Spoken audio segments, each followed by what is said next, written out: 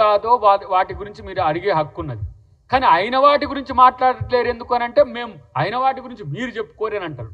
ఇప్పుడు ఈరోజు రేవంత్ రెడ్డి గారి మీద చేసే ఈ ప్రచారాలు ఏవైతే అసత్య ప్రచారాలు అబద్ధ ప్రచారాలు ఏవైతే ఉన్నాయో అవి కూడా ప్రజలు నమ్మట్లేరు. కాబట్టి ఫస్ట్ ఏంది కంచెగచ్చిబౌలి, తర్వాత ఏమైంది మళ్ళీ ఈ హామీలకు సంబంధించి వచ్చిర్రు, మళ్ళీ ఏమైంది బీజేపీ బీఆర్ఎస్కి సంబంధించి అలా మీటింగ్కి సంబంధించి అది కాలే. ఇప్పుడు ఏం చేయాలి, ఇక ముఖ్యమంత్రిగా రేవంత్ రెడ్డి గారిని తీసేస్తారట అని ఆయన క్రెడిబిలిటీని తగ్గించాలని. ముఖ్యమంత్రిగా ఇప్పుడు కాదు రేపు కూడా రేవంత్ రెడ్డి గారే ఉండబోతుండ్రు. రాసుకోరు, మీ కళలు నిజం కావు. ఇంకా మీ ఏదైతే కళలు పగటి కళలు అంటుండ్రో బీజేపీ నాయకులు బీఆర్ఎస్ నాయకులు, మీరు మీ కళలు నిజం కావనే అంశాన్ని మీకెట్లా తెలుస్తుందో బుద్ధి లేని వాళ్ళకి ఎట్లా చెప్పాలని నాకు అర్థం కావట్లేదు. కాబట్టి ఇలాంటి పరిస్థితిని రాష్ట్ర ప్రజలు భరించాల్సిన అవసరం లేదు. మేము ఖచ్చితంగా కట్టుబడి ఉండడం కాదు, మా రాహుల్ గాంధీ గారు మీరు గుర్తుపెట్టుకోండి, అహ్మదాబాద్లో జరిగిన మీటింగ్లో ఈ రాష్ట్రం గురించి ఈ రాష్ట్ర ముఖ్యమంత్రి గారి గురించి 10 నిమిషాలు మాట్లాడింది. బీసీ బిల్లు మీకు ఏది భయమవుతుందంటే బీసీ బిల్లు ఇక్కడ ఈ రాష్ట్ర ప్రభుత్వం 3 నెలల్లో సర్వే చేసి దాన్ని చట్టం చేసి గవర్నర్ గారి ద్వారా కేంద్రానికి పంపించింది. ఏమన్నారు వీళ్ళు ఈ తలకాయలేని సన్నాసులు, ఎట్లయితుందా కులాల విభజన చేసినట్టు చేస్తారా, కులాల వారిగా దేశాన్ని విడగొట్టడానికి రాహుల్ గాంధీ చేసే ప్రకటనలు వీళ్ళు చేస్తుండ్రని. ఇలా ఏం చేసింది ఈ పార్టీ, ప్రధానమంత్రి ఏం చేసిండు, జనగణనలో కులగణన పెట్టిండు. అది ఈ రాష్ట్ర ప్రభుత్వం యొక్క ముఖ్యమంత్రి గారికి ఆ క్రెడిబిలిటీ పోతున్నది. మా ఎల్ఓపి కూడా మా రాహుల్ గాంధీ గారు కూడా పదే ప్రతి వేదికల ఈరోజు అది మాట్లాడుతుంది. కాబట్టి మీకు తలకాయ నొప్పి. సన్న బియ్యం కింద పోయి చల్లగా ఉన్నారు పేద ప్రజలు, అది ఓర్స్తలే. సన్న బియ్యం ఎక్కడ పాజిటివ్ పోద్దని ఇంతటి వీళ్ళని ఏమనాలే, వీళ్ళను పెసిమిస్టులు అంటారు తెలుగులో, దాన్ని కరెక్ట్గా అంటే ఎంతసేపటికి ఏడుపు వీళ్ళ మీద. ఇక మీ కుక్కతోక మాదిరిగా మీ బుద్ధి ఏం మారదు, కానీ పెసిమిస్టులుగా మారకండి. ఇలా ఎస్సీ కేటగరైజేషన్ అనేది 30 సంవత్సరాల నుంచి నానుతున్న సమస్య. 30 సంవత్సరాల తర్వాత ఇలా రేవంత్ రెడ్డి గారు వచ్చి చేసింది.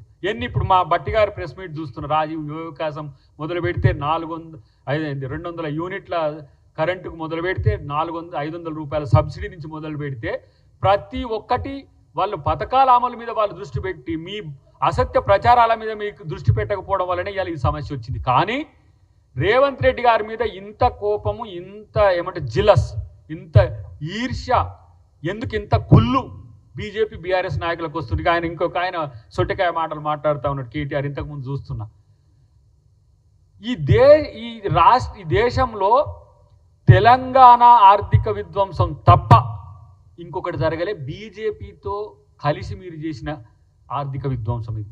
ఆర్బీఐ ఎఫ్ఆర్బిఎం నుంచి మొదలు పెడితే ప్రతి ఒక్కటి బీజేపీ సపోర్ట్. కాళేశ్వరం 17 రకాల అనుమతులు వచ్చినట్టు ఎవరు ఇచ్చిండ్రు? ఆడనేమో కేంద్ర ప్రభుత్వంలో ఉన్న మంత్రులు అనుమతులు ఇస్తారు, ఎన్జీటీ అనుమతి ఇస్తుంది, వీడికి వచ్చాం కాళేశ్వరం బాగలేదని బీజేపీ వాళ్ళు. ఇంత డ్యూయల్ రోల్ ఏందిరా బాబు, నాకు అర్థం కాదు. ఇట్లాంటి ఒక రాజకీయ పక్షం ఎక్కడైనా ఈ దేశంలో ఉన్నదా అంటే అది బీజేపీ ఉన్నది. డెఫినెట్గా రేపటి రోజున ప్రభాకర్ మీరు సిద్ధంగా ఉండండి, లేకపోతే ఇది జరగకపోతే మీరన్న ముక్కునేలకు రాయిది. జూన్ 2 నుంచి డిసెంబర్ 9 వరకు పెట్టుకో. ఇట్లనే ఏమైనా సరే ఈ చేసిన నేను అబద్ధాలు ఇంకోసారి మాట్లాడనని ముక్కునేల కన్నా రాయాల్సి వస్తుంది. లేకపోతే ఇంకా మీరు ఏమనుకుంటారో, మీకు ఏది మంచుకుంటుందో అది చూసుకోండి. కానీ నేను కొన్ని పదాలు ఎందుకు వాడట్లేనంటే దానికి లిమిటేషన్స్ ఉంది కాబట్టి, కొంచెం మేము కూడా రాజకీయ పక్షంగా మీ పరువు కాపాడాలి కాబట్టి మీలాగా సిగ్గు లజ్జ వదిలి ఎలాంటి మాటలు అంటే అది మాట్లాడలేము. ఎందుకంటే ప్రభుత్వంలో కూడా ఉన్నాం కాబట్టి. ఇలా కేసీఆర్ పోయి ఫామ్ హౌస్లో పని ఆయనను తీసుకొచ్చి ముఖ్యమంత్రిని చేస్తారనే ఒక అనాలోచితమైన చర్యలు మీరు చేస్తుండ్రంటే ఇంకా మీకంటే దివాళాకోరు రాజకీయ నాయకులు ఇంకెవరన్నా ఉంటారా? తర్వాత లీడర్లను కానోళ్ళు లీడర్లను చేసుకొని మీరు లీడర్ లెక్క బిల్డప్ కొడతారు.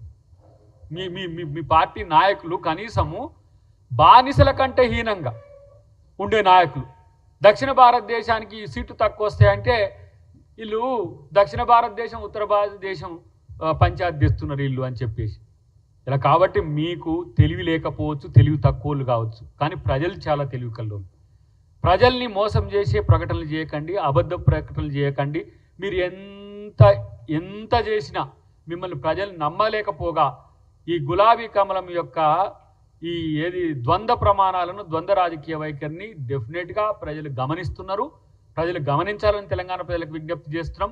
డెఫినెట్గా తెలంగాణ ఉద్యమానికి ద్రోహం చేసినట్టుగా మాట్లాడిన మోడీ ఇవాళ తెలంగాణ ఉద్యమకారుణ్ణి అని చెప్పి బీజేపీతో అంటగాగిన కేసీఆర్, బీజేపీతో అంటగాగి రాజకీయ స్వప్రయోజనాల కోసం రాష్ట్రాన్ని తాకట్టు పెట్టి, రాష్ట్రాన్ని తాకట్టు అనే దానికంటే దోచుకున్న దొంగ ఒకవైపు, రాష్ట్రం ఈరోజు ఇవ్వడము ఏమన్నాడు మోడీ?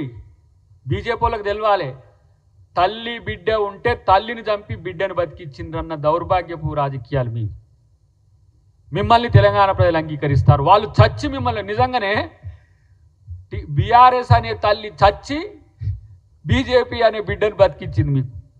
మీ బతుకు అది. ఎప్పుడైనా మీకు సచ్చుడు బతుకులు తప్పితే ఇంకొకటి ఏమి ఉండదు. కాబట్టి అలా బీఆర్ఎస్ నాయకులు మీ రాజకీయ భవితవ్యం ఏందో చూసుకోండి.